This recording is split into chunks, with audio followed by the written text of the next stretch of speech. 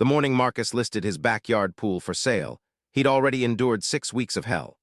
Not the kind of hell that builds character, the kind that erodes your soul piece by piece until you're standing in your own kitchen, shaking with rage, wondering how your quiet suburban life had become a nightmare orchestrated by a woman who didn't understand the word no. Her name was Corinne Fielding, and she lived 2 houses down on Oakmont Drive. Her son was Tyler, 16 years old, perpetually sunburned, and possessed of an entitlement so profound it seemed to be a clinical condition rather than a character flaw. It had started innocently enough. Early June, a Friday afternoon when Marcus was floating on an inflatable lounge chair, drink in hand, finally unwinding after a brutal week at the architecture firm.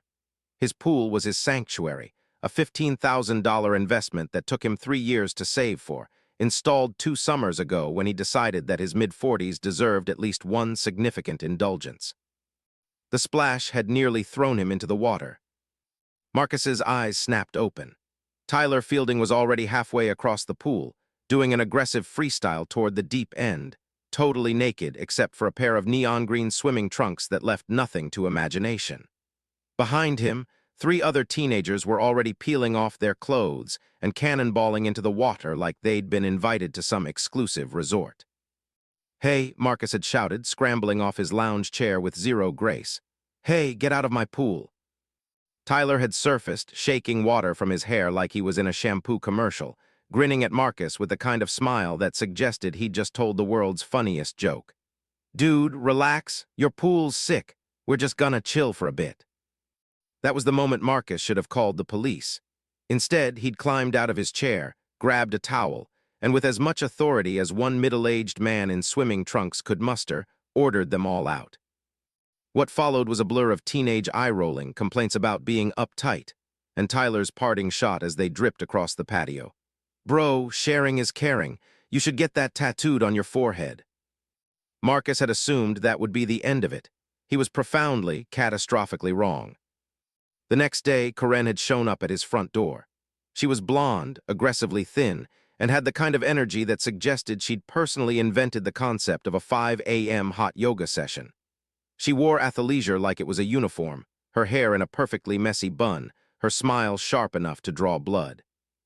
"Hi, neighbor," she'd said, not waiting for an invitation to step inside his home. "I'm Corinne Fielding. My son told me about your gorgeous pool. That's so generous of you to let the neighborhood kids use it." Marcus had blinked twice. "I'm sorry, what?"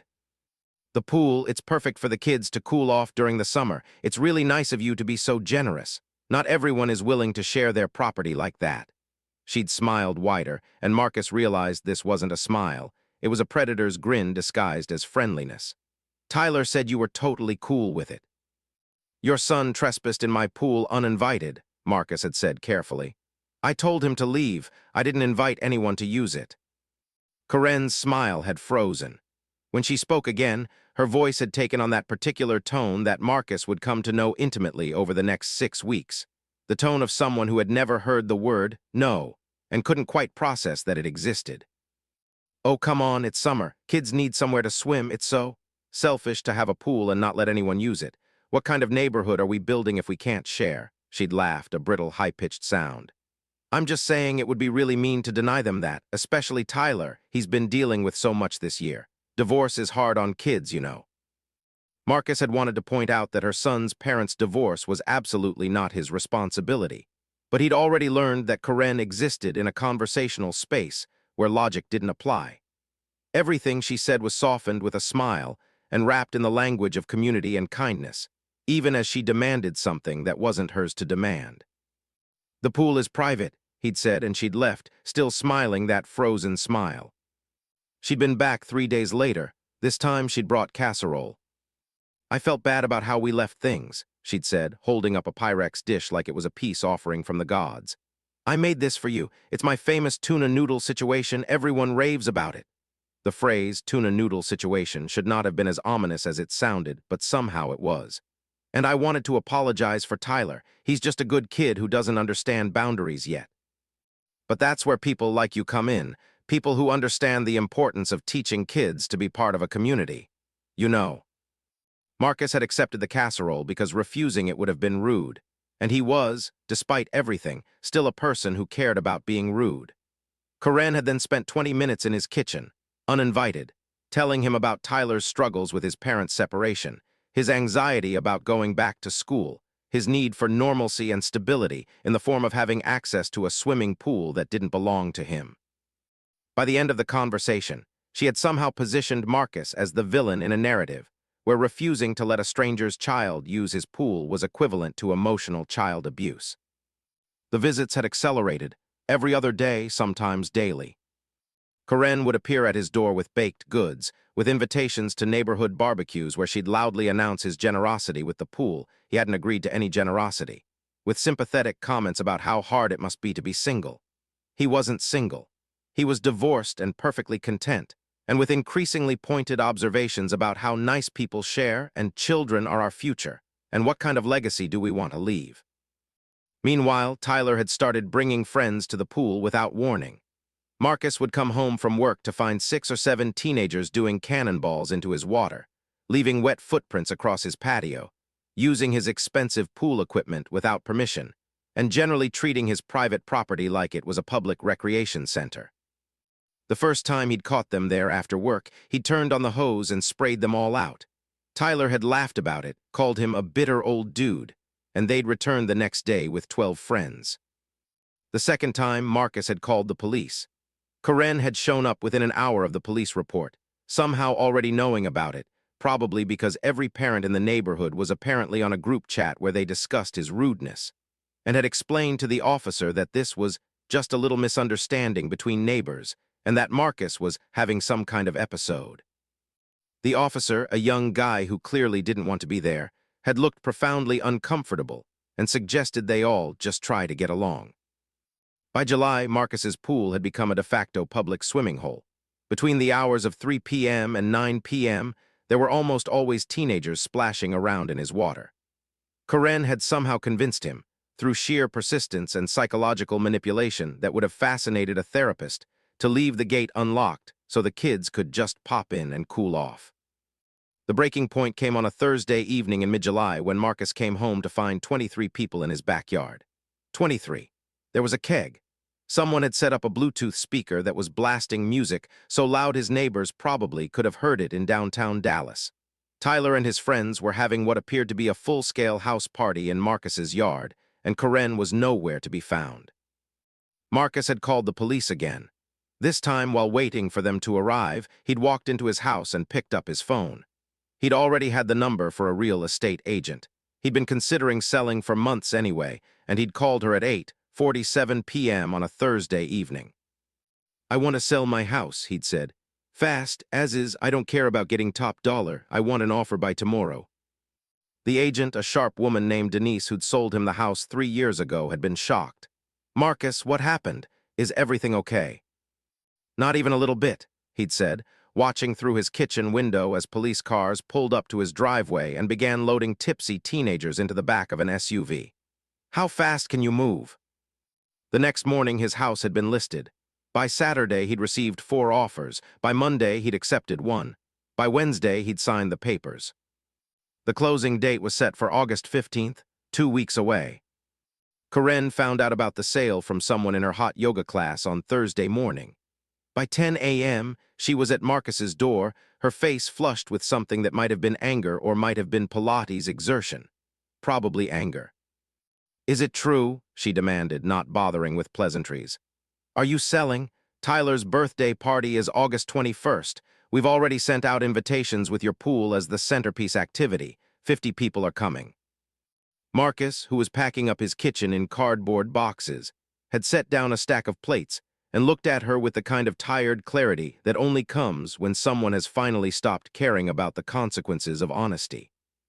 "Yes," he said, "I'm selling. The closing is August 15th. Corinne's face had gone white, then red. It was quite a transition. "You can't do that. You can't just sell your house without thinking about how it affects the community. Tyler is devastated. Do you understand what you're doing? This is his birthday. He's been telling everyone about your pool." "Corinne," Marcus had said, and his voice was quiet in a way that made her actually stop and listen. "Your son trespassed. Multiple times. I asked him to leave. You manipulated me into thinking I was being a bad person for refusing to let strangers use my property. You brought me casserole. You showed up at my door constantly. You organized entire parties in my backyard without asking. And now you're angry at me for selling my own house. You're being really unfair, Karen had said, but her voice had wavered. Tyler is just a kid. He didn't understand what he was doing. He was just excited about the pool. And yes, maybe I was a little pushy, but I was doing it because I care about building community. This neighborhood needs more kindness. Kindness, Marcus had repeated. Your version of kindness is forcing someone to give you something they didn't offer. That's not kindness. That's entitlement with a smiley face. And I'm done. Karen had left, but not before informing him that he was destroying a child's summer, and that people like you are what's wrong with the country. Marcus had gone back to packing. The situation, however, was far from over. Over the next week, Karen had apparently launched what could only be described as a psychological warfare campaign. She'd organized a petition, Save Tyler's Pool Party, Community Members Demand Better Neighbors, and collected 53 signatures. She'd posted about it on the neighborhood Facebook group, describing Marcus as heartless, selfish, and possessing a fundamental lack of compassion for children. She'd called his real estate agent and tried to convince her that Marcus was making a mistake. She'd even shown up at his workplace, something Marcus only found out about after his boss called him into his office to ask if everything was okay at home. But Marcus had remained resolute. The closing was on August 15th. He'd already found a new place, a small condo with no yard, no pool, and absolutely no neighbors who could show up unannounced demanding access to his possessions. The thought of it was like a cool drink of water on a scorching day. Tyler, meanwhile, had escalated. He'd started leaving notes in Marcus's mailbox. You suck. This is messed up. I hope you're happy ruining my birthday. The notes were written in the aggressive scrawl of someone who'd never been told no and wasn't quite sure how to process the experience. The night before the closing, Karen had shown up again. She'd brought flowers this time, a sad, wilting bouquet from the grocery store that looked less like a peace offering and more like a hostage negotiation on the brink of collapse. I've been thinking about this all week, she'd said, her voice soft in a way it never had been before. And I realize I might have been pushy, maybe I didn't handle things perfectly, but Marcus, can't we figure something out? Tyler is so upset, this is really affecting him. Kids process disappointment hard. What if we did something different? What if you kept the house just until after his birthday, just for the party? That's all I'm asking. One day, one party. And then you can sell it and move on. Marcus had looked at this woman, at her flowers and her soft voice and her offer that was still fundamentally a demand, just wrapped in a slightly nicer package, and he'd felt something crystallize inside him. Not anger anymore. Beyond anger, a kind of cold, clear certainty. No, he'd said, and then he'd closed the door. At 2 p.m. the next day, the closing had gone through. Marcus had signed the final papers in a lawyer's office, handed over the keys to a young couple named the Hendersons, and walked out into August sunshine feeling lighter than he had in months.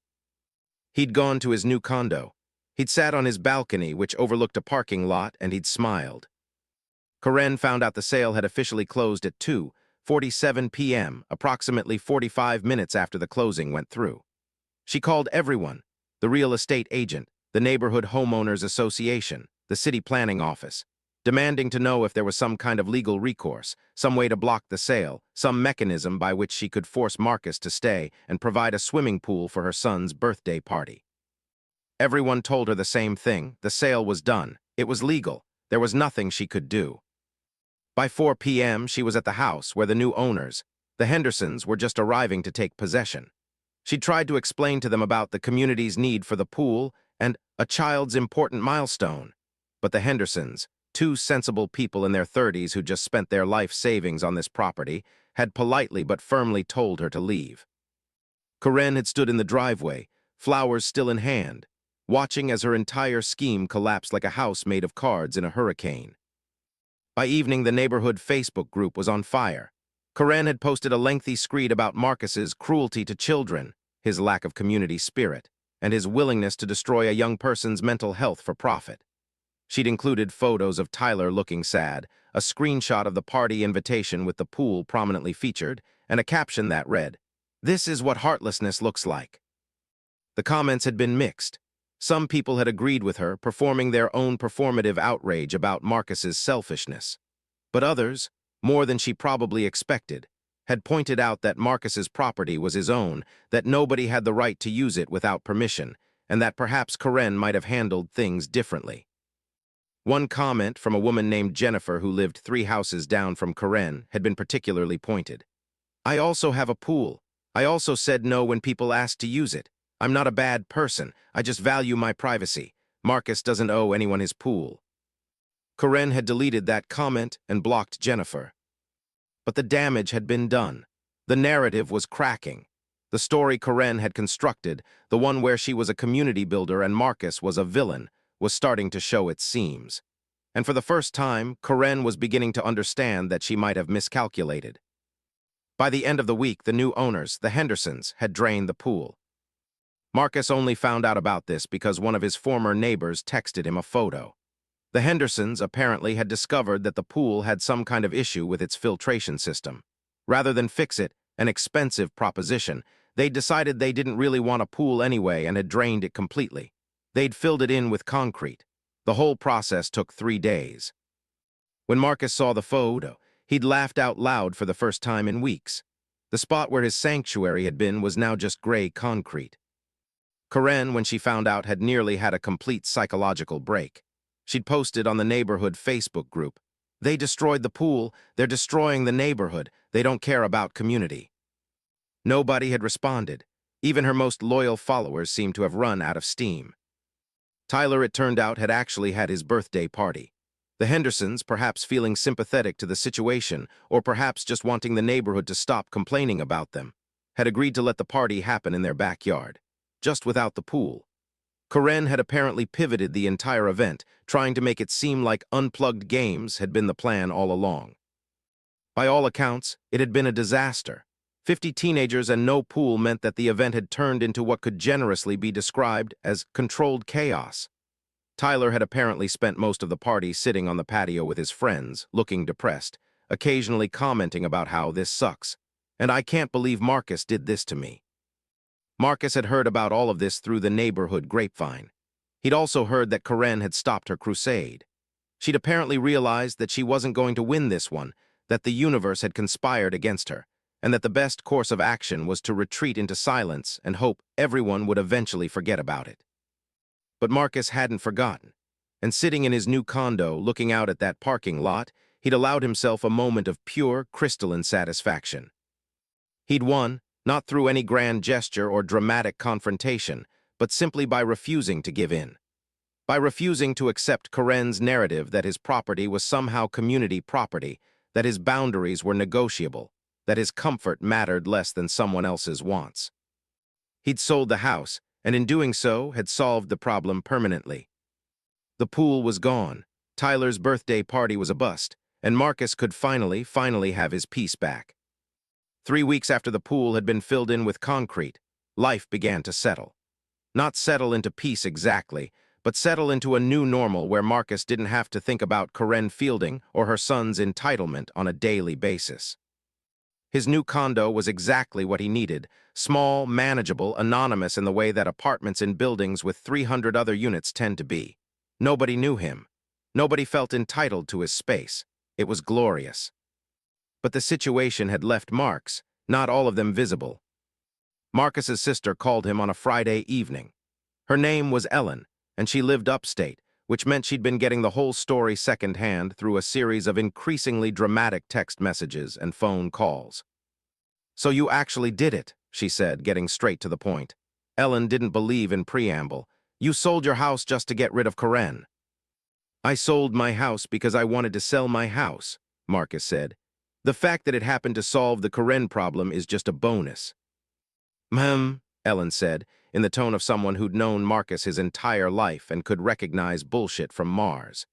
"Except you'd been saying for 2 years that you loved that house, that the pool was your favorite thing about it, and then one summer with one pushy neighbor and suddenly it's not worth staying." Marcus didn't answer immediately. He was looking out his window at the parking lot, at the cars lined up in their neat rows, at the standardization and anonymity of it all. "She made it impossible to enjoy," he finally said. "She did," Ellen agreed. "But Marcus, and I say this with love, I think you let her. I think you had other options. You could have gone to court. You could have reinforced the property line with a fence and a lock. You could have, I don't know, bought a bigger gate. But instead, you burned down your own house to prove a point. It wasn't about proving a point, Marcus said, but even as he said it, he knew it was a lie. Of course, it had been about proving a point. It had been entirely about proving a point. The point being, if you push me hard enough, I'll blow up my entire life rather than let you win. Which, when examined in the cold light of day, was not exactly the behavior of a psychologically healthy person. "How is your work going?" Ellen asked, changing the subject in a way that was actually not a change of subject at all, because Ellen was strategic like that. "It's good," Marcus said. "Same firm, different commute, bit longer, but I'm adjusting." "You seem sadder," Ellen said. "In how you talk about things, it's like you won a war but lost something else in the process." Marcus didn't respond, because she was right. And that was maybe the most infuriating part of the entire situation, that even though he'd technically won, even though the problem had been solved and the pool was gone and he never had to see Corinne's face again, he felt worse than he had before. He'd spent 6 weeks being extremely angry at Corinne for trying to take something that was his and force him to share it. And then he'd spent 2 weeks taking something that was his house, his sanctuary, his pool, and destroying it rather than let her think she'd won. In the end, they'd both lost the pool. The difference was that Marcus had also lost his house, and Corinne had at least maintained the moral justification of being the good neighbor who cared about children. The pool would have solved itself eventually. Either Marcus would have put up a gate and established permanent, unchangeable boundaries, or Corinne would have eventually accepted the word no and moved on to something else to obsess about. Or the school year would have started and Tyler would have been occupied with other things and the whole situation would have naturally diffused. Instead, Marcus had used a nuclear option on his own life to make a point. In the weeks that followed, Marcus found himself thinking about this a lot, thinking about how he'd let one person's entitlement dictate his entire life trajectory. How he'd made a decision, selling the house, not because it was what he wanted, but because it was the most effective way to hurt Corinne, to prove that she couldn't push him around. He thought about Corinne too, about how she was probably still angry, still convinced that Marcus was the villain in this story, still unable to process the fact that her tactics hadn't worked.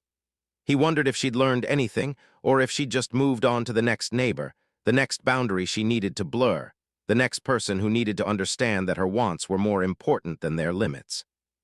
He thought about Tyler, who was now starting his senior year at his high school, probably still telling people about the pool party that never happened, probably still blaming Marcus for ruining his summer. None of them had learned anything, and neither had he, except that he was willing to burn his own life down to avoid being pushed around by someone else, which was a pretty dark thing to learn about yourself. One evening, about a month after moving to the condo, Marcus had been scrolling through the neighborhood Facebook group on his phone, just checking in on people he'd known, when he'd seen a post from Corinne. It was a photo of Tyler, looking miserable with a caption that read, "Senior year is here. Tyler is starting his final year of high school. I hope this year brings him all the happiness he deserves after such a difficult summer." The comments had been supportive, people wishing Tyler well, offering encouragement. Corinne had responded to each one, and in those responses, Marcus had seen her reconstructing the narrative. The difficult summer hadn't been caused by her poor boundary management or her manipulation of a neighbor. It had just happened to her, to them. They were the victims of a cruel neighbor who couldn't understand community. The pool had become, in the retelling, not a privilege Corinne had tried to claim, but a symbol of what she and Tyler had lost due to Marcus's selfishness. It had made Marcus sad in a way that anger wouldn't have, because as long as Corinne was angry, she was learning something. But as long as she was the victim, she'd never have to examine her own behavior. She'd never have to confront the fact that she'd pushed someone until they broke. And that, Marcus realized, was probably the real problem. Not Corinne's entitlement, though that was certainly part of it, but the broader cultural agreement that made it acceptable for Corinne to push and for everyone around her to assume the person pushing back was the villain. October brought a change in the weather and a message in Marcus's inbox. It came through the neighborhood Facebook group's private messaging system. The sender was Corinne. "Marcus," it read, "I know you probably don't want to hear from me, and I understand why. I've been thinking a lot about what happened this summer, and I've realized that I handled things poorly. I pushed too hard. I didn't respect your boundaries, and that was wrong. I'm sorry. I genuinely am. I'm sorry for the stress I caused you. I'm sorry I didn't listen when you said no. I'm sorry I made your summer miserable." Marcus had stared at this message for a long time. He'd read it 3 times, looking for the catch, looking for the moment where it became a manipulation tactic, looking for the point where Karen admitted she was wrong but still found a way to make it about her. The catch, he realized, was that there didn't seem to be one. This appeared to be an actual apology. He should have felt good about it. He should have felt vindicated. He should have felt like the universe was rewarding him for standing his ground. Instead, he'd felt nothing, or worse than nothing. He'd felt this strange, empty sadness. Because a real apology, an actual acknowledgement of wrongdoing, would have meant so much more if it had come before he sold his house. If it had come when it could have changed something. As it was just words after the fact. A way for Karen to feel better about herself, to narrativize her own behavior as a character flaw she'd since overcome rather than a fundamental misunderstanding of how boundaries work. Marcus had typed out a response. "Thank you for the apology, I appreciate it. I hope things go better with Tyler going forward." He hadn't said, "It's too late." He hadn't said, "You only apologized because I made the problem go away and you felt bad about it afterward." He hadn't said, "I sold my house to get away from you, and I'm not sure whether to be ashamed of that or if it was the only option available to someone being systematically emotionally manipulated." He'd just accepted the apology and moved on. Later that week, he'd gotten another message. This one was from someone he didn't know, a therapist, apparently, who worked in the area and specialized in boundary issues and interpersonal conflict. The message read, "Hi Marcus, I don't know if this is appropriate, but I was reached out to by someone who mentioned your situation. I'm not here to take sides, but I did want to offer a perspective. People like Karen, people who struggle with boundaries and have a hard time accepting the word no, often come from backgrounds where their own boundaries were either violated or didn't exist. That doesn't excuse her behavior, but understanding it might help you move past this situation. If you ever want to talk to someone about how this situation affected you, I'd be happy to recommend some colleagues." Marcus had almost deleted this message, but hadn't. Instead, he'd saved it. Not because he thought he needed therapy, though probably everyone needed therapy to some degree, but because it had offered something the apology hadn't: context, understanding, a framework for why Karen had done what she'd done. But understanding didn't change anything. Karen's behavior was still wrong, regardless of why she did it. And his response, selling his house to prove a point, was still a bit unhinged, regardless of whether it was understandable. In early November, Marcus had run into one of his old neighbors at a coffee shop. It was Jennifer, the woman who'd commented on the Facebook post about not owing people access to her pool. "Marcus," she'd said, genuinely delighted to see him. "How are you? How's the new place?" "It's good," he'd said, and had actually meant it. "Quiet, anonymous, exactly what I needed." Jennifer had laughed. "I bet. That whole situation with Karen was absolutely insane. If I'm being honest, I think what you did was brilliant. You sold the house and solved the problem permanently. Most people wouldn't have the guts." "It was either brilliant or completely crazy," Marcus had said. "I haven't entirely decided which." "It was brilliant," Jennifer had insisted. "Karen needed to learn that her tactics don't work, that people have limits, that you can't just steamroll over everyone. I genuinely think selling the house was the perfect response." Marcus had thanked her for the vote of confidence, but later, alone in his condo, he'd thought about that. About whether Jennifer was right, whether what he'd done had been not just acceptable, but actually wise. A demonstration that there are real consequences to trying to manipulate people into giving you what you want. Or whether it had been a catastrophically disproportionate response that had mainly succeeded in proving that Karen had so thoroughly gotten under his skin that he was willing to destroy his own carefully constructed life to prove a point. The truth, Marcus had finally decided, was probably somewhere in the middle. He'd had the right to do what he did. Nobody had forced him to sell, but he'd also done it for the wrong reasons, and that was something he'd have to sit with for a while. Almost, but not entirely. There were moments when he was looking for something in his condo that he never seemed to find, moments when he was staring out at the parking lot and wishing for a view, moments when the oppressive sameness of apartment living got to be too much. When he thought about the house on Oakmont Drive and wondered what his life would look like if he'd just put up a fence instead of burning everything down. His life had moved on in the ways that life moves on. He'd met someone, a woman named Sarah who worked in his building, and they'd started dating. She didn't know about Karen, and Marcus had never really brought it up. It seemed easier to let that chapter stay closed. His work had progressed. He'd been promoted. He'd gotten the opportunity to lead a design project he'd been passionate about for years. By any reasonable metric, he'd done well. His life was better. But there was this thing, this undercurrent.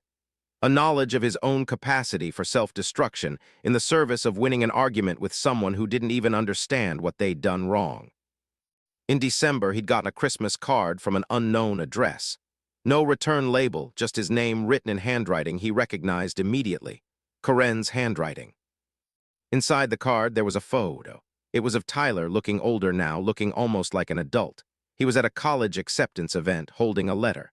The caption below read, "Tyler was accepted to UC Berkeley, early decision.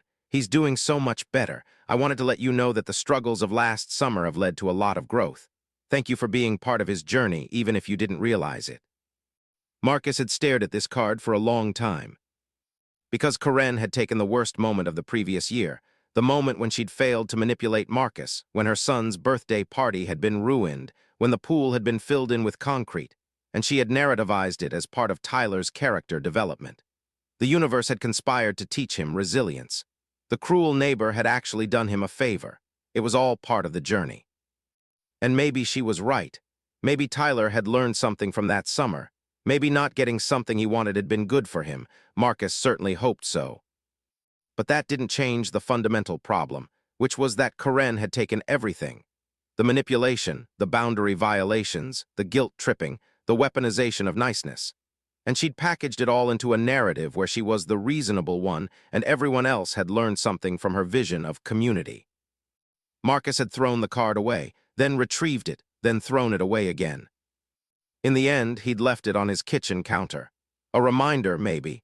A symbol of something he couldn't quite articulate but needed to understand. The truth was that Karen hadn't won, but she hadn't lost either. She'd done what manipulative people always do. She'd moved on, found a new interpretation of events, and convinced herself that she'd been the hero of the story all along. And Marcus, in selling his house to prove a point, had also done what people who have been manipulated often do. He'd made a massive, disproportionate gesture in hopes that it would somehow hurt the other person the way he'd been hurt. It hadn't, of course. All it had done was hurt himself. The only real lesson Marcus had learned was that there are no perfect victories. There are no scenarios where you get to destroy someone else's comfort and get away clean. Every action has consequences, and sometimes those consequences land on you, not on the person you're trying to punish. On New Year's Eve, Marcus had sat in his condo looking at his parking lot view, and he'd made a decision. He was going to call a real estate agent. He was going to start looking for a new house, not on Oakmont Drive, that bridge was burned and thoroughly salted, but somewhere else. Somewhere he could have a yard again, maybe even a pool if he felt like it. Because the one thing worse than having your boundaries violated by someone else was making the decision to destroy your own life as a way of avoiding ever being violated again. That wasn't strength. That wasn't winning. That was just another kind of defeat, dressed up in the clothes of victory. He was ready to move forward, not forward into the same old patterns and mistakes, but into something different. Something that involved learning from Karen, not because she was right, but because knowing what she wanted him to learn was maybe the only way to keep from repeating this whole thing with someone else. The pool on Oakmont Drive was gone now, filled in with concrete, a permanent monument to a conflict that had destroyed nothing, but also created nothing of value. But maybe that was okay. Maybe the real lesson wasn't in the pool or the house or the victory or the defeat. Maybe the real lesson was that when someone tries to take something that isn't theirs, you don't have to burn the whole thing down to protect it. You just have to say no, and keep saying it, until they finally understand that no means no, and that's enough. That's enough. Marcus had eventually bought a new house. Not immediately, but after he'd worked through some stuff in therapy. Yes, he'd eventually called that therapist. This one was on the other side of town, a beautiful colonial with a quarter-acre lot and, yes, a pool. He'd installed security cameras, he'd built a fence, and he'd lived there peacefully for 4 years without anyone trying to claim ownership of his water. He'd run into Karen once, about 3 years after the sale. It was at a grocery store in the produce section, and he was buying tomatoes when he heard a familiar voice behind him. Marcus.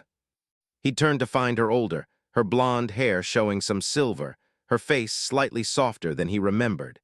She was holding a basket with the kind of items someone bought when they were feeding a family.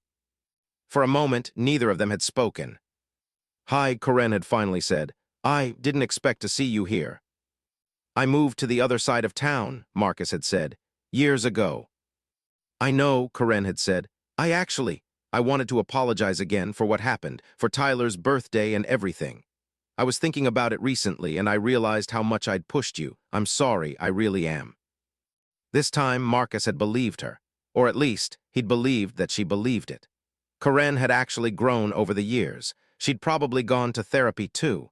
She'd probably worked through whatever issues had made her feel like she had the right to claim everyone else's property.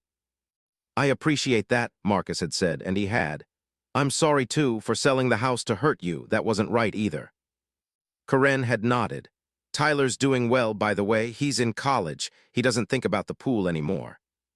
I'm glad, Marcus had said, and he had been. They'd stood there for another moment, two people who'd hurt each other, who'd each made decisions they regretted, who'd each learned something from the whole disaster. Then Corinne had smiled, actually smiled, and not that predatory grin, but something genuine and tired and real. Take care of yourself, she'd said. You too, Marcus had replied. And that had been it. They'd gone their separate ways through the grocery store, and Marcus had never seen her again. The pool on Oakmont Drive remained filled in with concrete, a permanent reminder of a neighbor's attempt to blur boundaries, of a man's decision to respond with nuclear force, of how entitlement and desperation could intersect in the most mundane settings and create something like a tragedy.